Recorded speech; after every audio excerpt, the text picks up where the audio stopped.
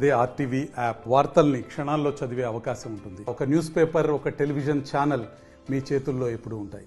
అవినీతిని పూర్తిగా మీరు గురి చేయాల్సిన అవసరం ఉంది. ఆ పాత రోజులు మీరు మర్చిపోయి ఇది ఇందిరమ్మ రాజ్యంలో ఉన్నాము అనే విషయాన్ని కూడా మీరు గ్రహించాలి.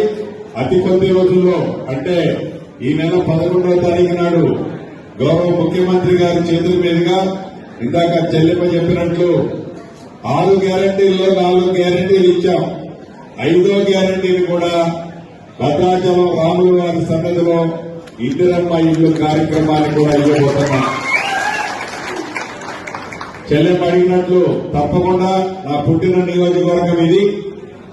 ఇళ్ల విషయంలో ఈ నియోజకవర్గానికి పెద్దపీట తప్పకుండా వేయటం కూడా జరుగుతుందని కూడా చెప్తున్నా.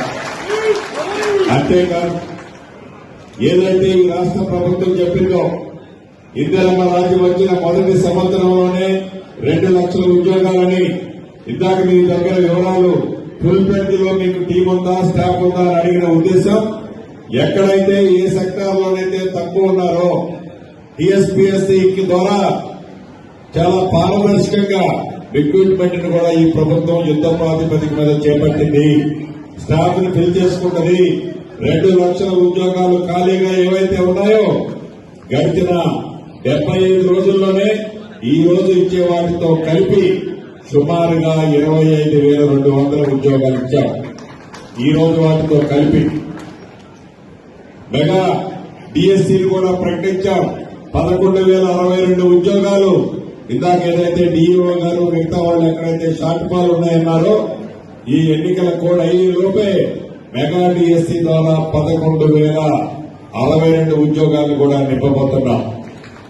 ఈ రాష్ట్ర ప్రభుత్వం పెద్దల రేవంత్ రెడ్డి గారి నాయకత్వంలో కేబినెట్ మంత్రులంతా ఎంతైతే శ్రద్దతో ప్రతి అంశాన్ని మైన్యూట్ గా పరిశీలించి ప్రజల పక్షపాతి అయిన ఈ పార్టీ ఇందిరమ్మ రాజ్యంలో మంచి చేసే దాంట్లో అధికారులైన మీరందరూ మానుకొని గత పద్ధతుల్ని మానుకొని ఇందిరమ్మ రాజ్యంలో ప్రజలకు మంచి జరిగే బాటలో మీరందరూ నడవాలని, నడుస్తారని మనస్ఫూర్తిగా కోరుకుంటూ ధరణి విషయంలో కూడా ఆనాడు ధరణిని బంగాళాఖాతంలో వేస్తామన్న ఈ ప్రభుత్వం ధరణిని ప్రక్షాళన తీసుకొచ్చే దిశగా కమిటీని నిర్ణయించి కమిటీ సూచనల మేరకు ఏవైతే ఈ రాష్ట్రంలో గడిచిన 6-8 నెలల నుంచి 2,45,000 అప్లికేషన్లు పెండింగ్ ఉన్నాయి.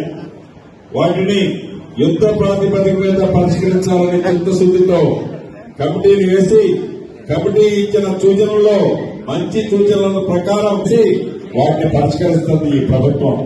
దాంట్లో కూడా పారదర్శకంగా అధికారులకు మరొకసారి చెప్తున్నాను.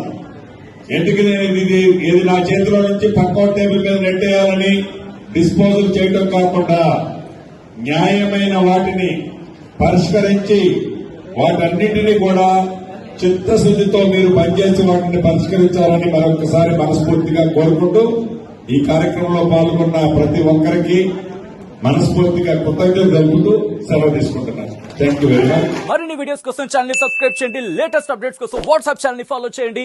అండ్ లింక్ డిస్క్రిప్షన్ లో ఉంది.